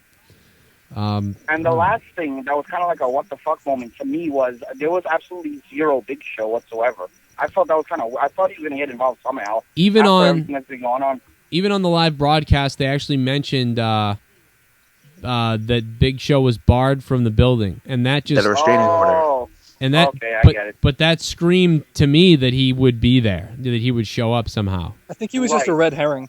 Right, and he was. Right, he was a red herring. It was the... See, I think that we thought that because we thought we thought HBK was going to screw Daniel Bryan so bad that we thought that then they would go the Big Show route. But then it turned out that we thought they were going to go the Big Show route so much that they went with the HBK, takes out Bryan, but sort of by accident.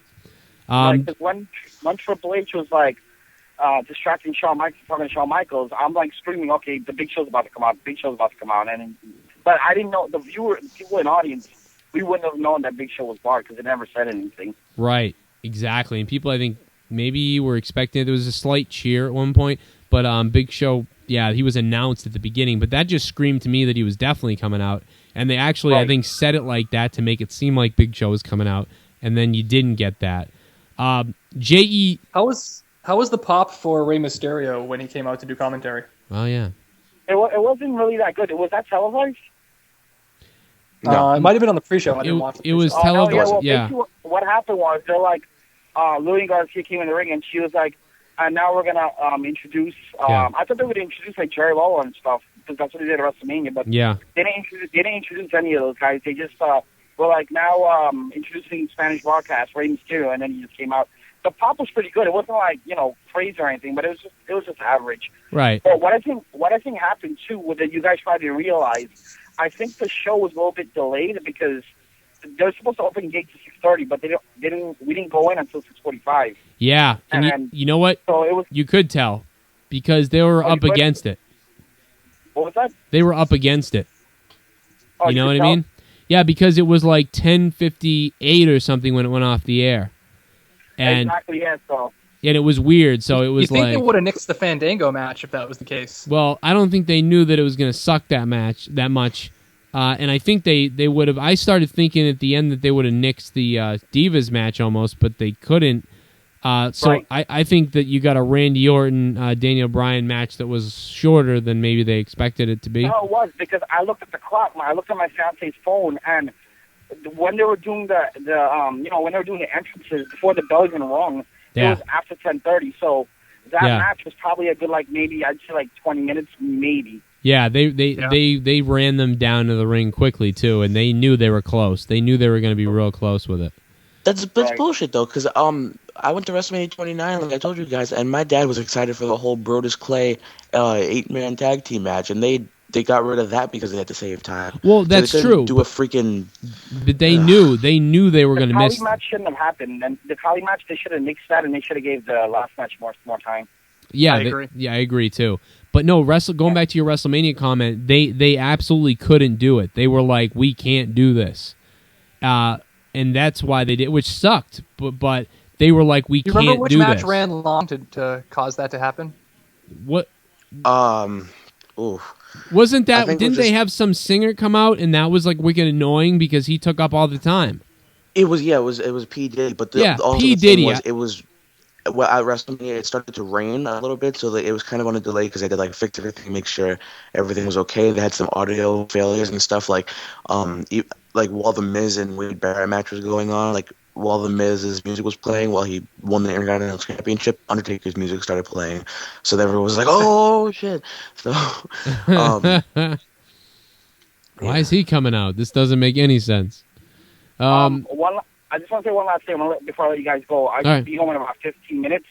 Joe, if you decide to do any kind of crazy-ass rant involving bananas or anything else, just hold off for like another 15 minutes or so. Okay, all right, I'll wait till I go crazy. All right, thanks, guys. All right, thanks for calling, man. Take it easy. No problem. Yeah. Oh, man. How about this? If we get to 51 likes, Joe will stick a banana up his ass. Right, Joe? Well, yeah, I don't have any bananas, though. That's the problem. Oh. I'll get some kind of food product and come back and do something. I'll tell you that. I won't tell you what it is, but we'll do something. How about that? All right, so Champ 29-19, Joe, what did you think of Del Rio versus Cena?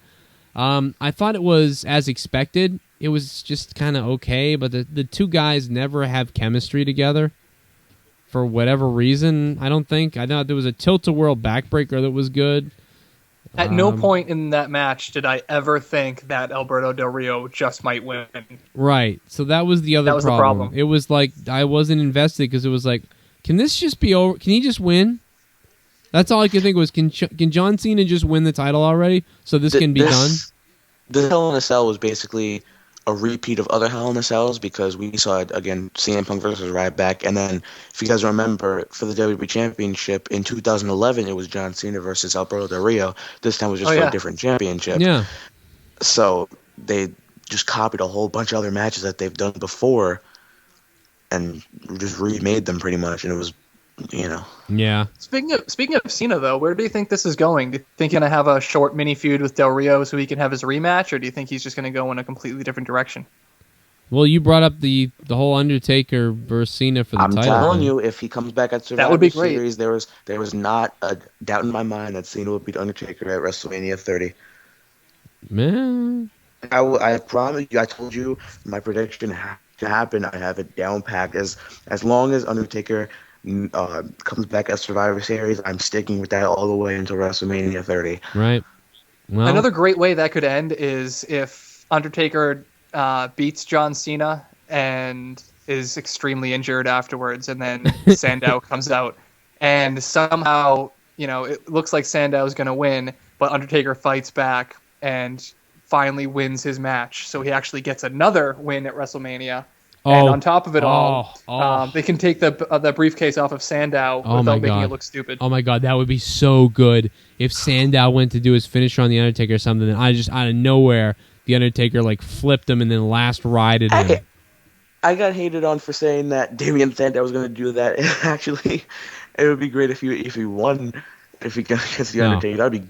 No, it's not going to happen, obviously. Right. But no, that would throw everyone for a loop. But they're not going to tarnish the streak by doing that. But if he cashed it in, and then say right after he cashes it in, and the ref rings the bell, he turns around and Undertaker just sits up in the middle of the ring. Right. That would be so awesome. Oh, that would be great.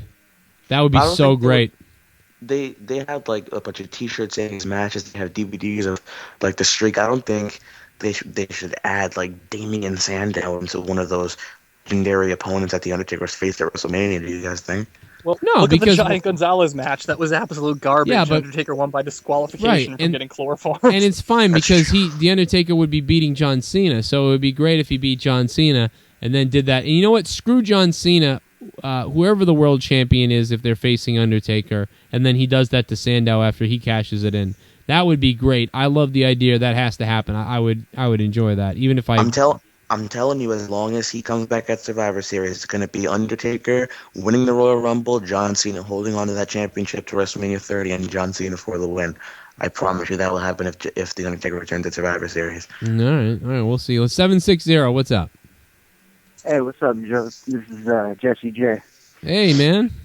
Hey, what's going on, man? I was just calling in. I started hearing you talk about the Undertaker Cena thing. I mean, what do you guys think about should Undertaker lose the streak period? Should he or shouldn't he? What do you guys think? I don't think so. I don't personally. That's just my Yeah, opinion. I definitely don't think so either. I don't If know what anyone's the hell they going to beat do him, with it, though, but I don't it's think he gonna should be lose it. Cena. I'm sorry? If anyone's going to beat him, though, and they're going to end the streak, if that's going to happen, I want it to be Cena. Just because he's the only person. I mean, I don't want it to be him personally, but it would make the most sense and not make The Undertaker look like shit. Maybe. God, what would you follow with that, though? I mean, everybody doesn't, everyone's pretty anti-Cena as it is, as far as him not changing character and all that. So, That would be unless terrible. they're going to change something with him, I mean, it might. What do you think that crowd would be like? First of all, shit. You know, the only way you could turn Cena heel is like if Cena cheated in the match. You know, like the referee was down. That would be great. I would love that. Yeah, if he like hit it. That'd be a great way to turn him. That would be a great way to turn him if he went outside and got a hammer or got something like that, and the referee's back was turned for a second and he clobbered the Undertaker. As long as everyone saw him do it, and then he pinned him and then he beat the Undertaker. Or if he put his feet on the ropes to pin him or something like that. And whatever, yeah, but no, more horrifically. But they won't. I don't want to. I still don't want to see that. That's a great way to do it, but I don't want to see the Undertaker lose at WrestleMania that way because then I don't know. What do you? I'm pretty sure he won't lose it if he doesn't want to lose it anyway. I mean, what's his streak they number weren't up? planning that whole thing, I don't think. So it's kind of special, Right. And what's he up to? Do you guys remember what's he up to? 21-0. 21. Okay. Oh yeah, I mean, I thought he might lose it last year for some reason, but it just why? How could you? Yeah. That's the only thing for me is it's getting to the point where you don't really believe it's going to happen, and I didn't really believe it was going to happen. I mean, doing it twice with Shawn, and then doing it twice with Triple H made you sort of think maybe. But I still never believed it even then. It was more about how good the match was going to be. Yeah, the title, throwing that in with Cena, actually, that's what makes that so interesting. Is maybe, Yeah. I mean, you don't think he's going to run with the belt. The fuck, he could even do that, who knows? Right. Yeah, that'd be It cool. doesn't have to, The Rock did it for 2 fucking months. I mean. Yeah, and it's just I'm curious as to think, if the Undertaker does lose the streak at WrestleMania, like what would happen like after the match, like would end, like the Undertaker That's what I mean. get up and walk Yeah. away, or what, like something happened, like he just like freaks the fuck out or something, or like he unzips He just his, turns into his mist costume and disappears. he unzips his costume and Hornswoggle runs out or something like that. I also want to let you know that we're up to 400. This video will have like 10,000 views by a couple days, but we're up to 401 views tonight. So like, I'm starting to think that those people that are disliking you are just the other people who are making reviews. I'm thinking it too. I think they're the people who flagged me to get me, so I couldn't do them on my other name anymore. But whatever. It happens. The sports coma is probably going like, oh, Joe has more views than me. Dislike. I watched that shit. That's simple. I couldn't watch it too long. It was pretty fucking boring. Well, he called me a virgin, and apparently they went on and attacked him the other night, which I did not. I didn't condone it, but I will say. I tried to watch 3 shows. I might have got 10 minutes in all 3 together. That's why I call him the coma. I love him though. He's the face or the heel. He's still my buddy though, but I'm gonna play the heel and I'm gonna call him the coma. Go shave By the way, I loved your little thing earlier when you said, if you bought this thing, you killed even your kids or whatever. I laughed so hard at that shit. I love that. That just was funny. I mean, are you kidding me? If my kid ordered that and I watched it, I'd be like, you know what, Bill? You son of a bitch. Yeah, you know what, Ben? You're grounded. I'm gonna go get my fucking gun. All right. So that because if that's what you're ruining, if you're wasting money on this, wait till you're 18. Let's just end you. How about that?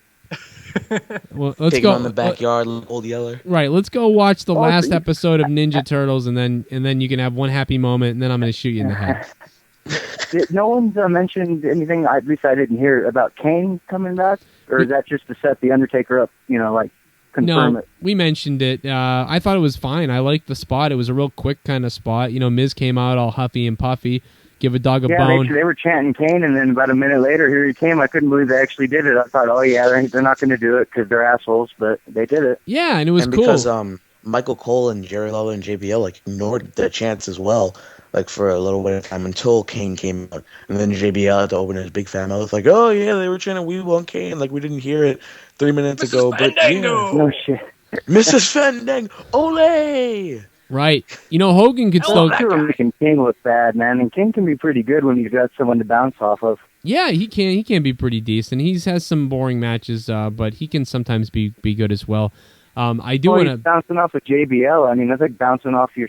I don't know what. Fucking gelatin egg or some shit. Gelatin balls. He's got big boobies there.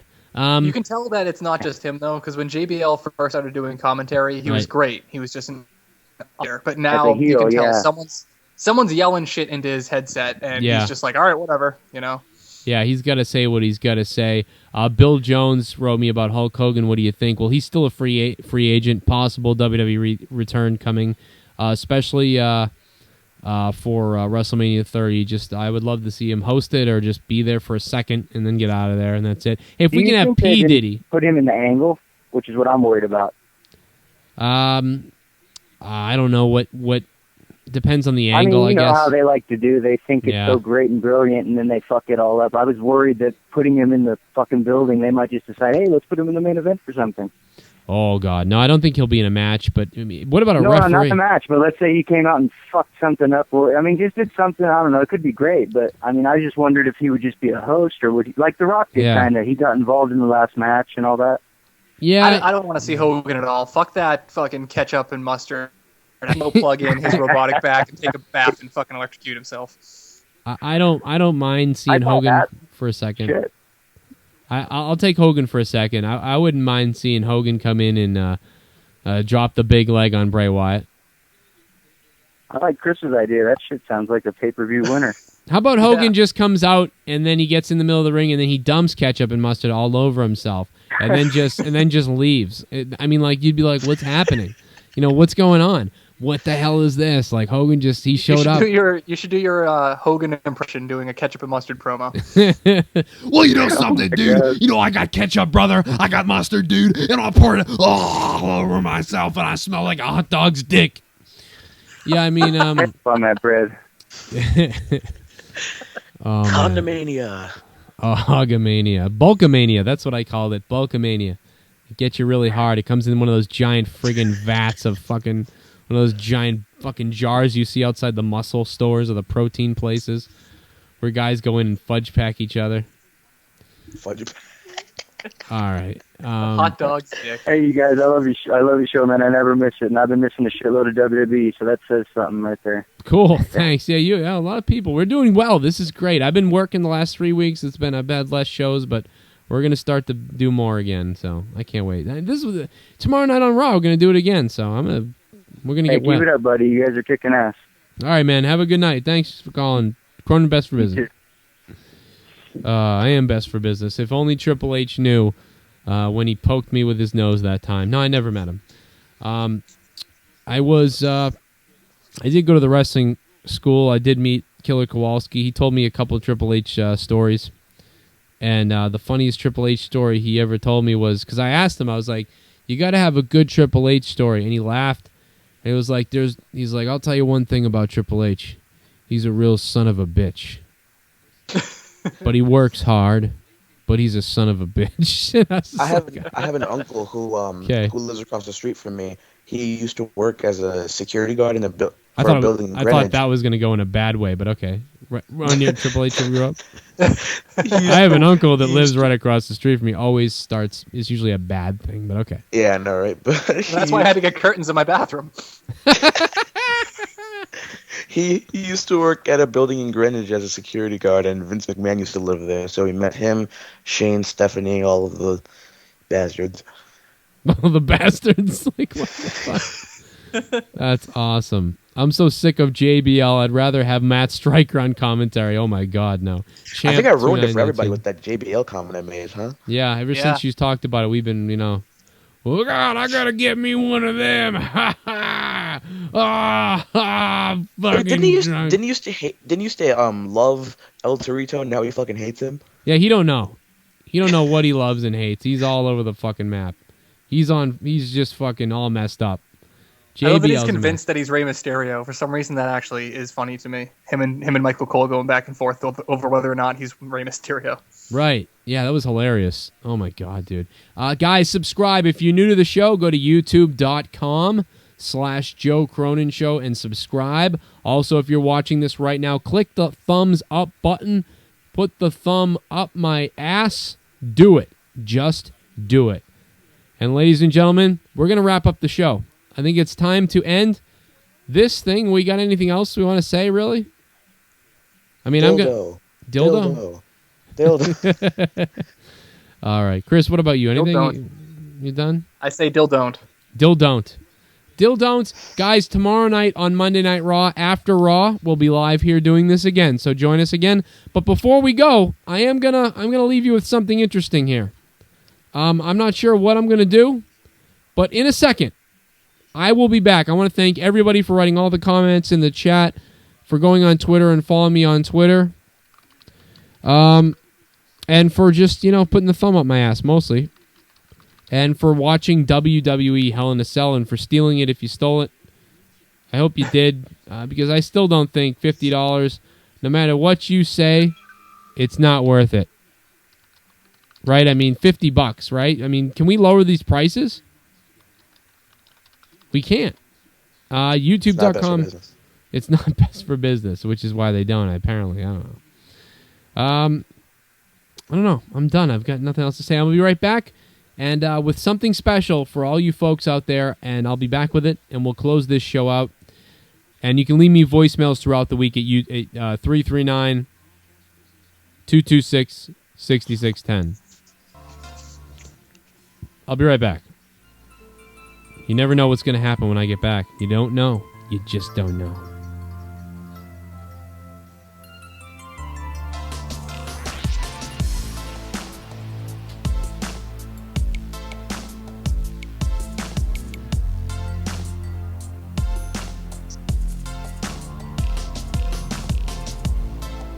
I feel like this is another ripoff of something.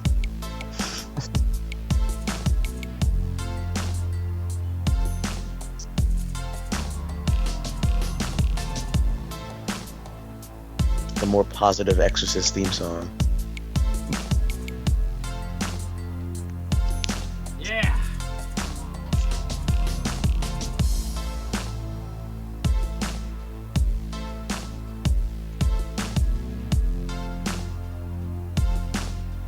Come on. Here we go.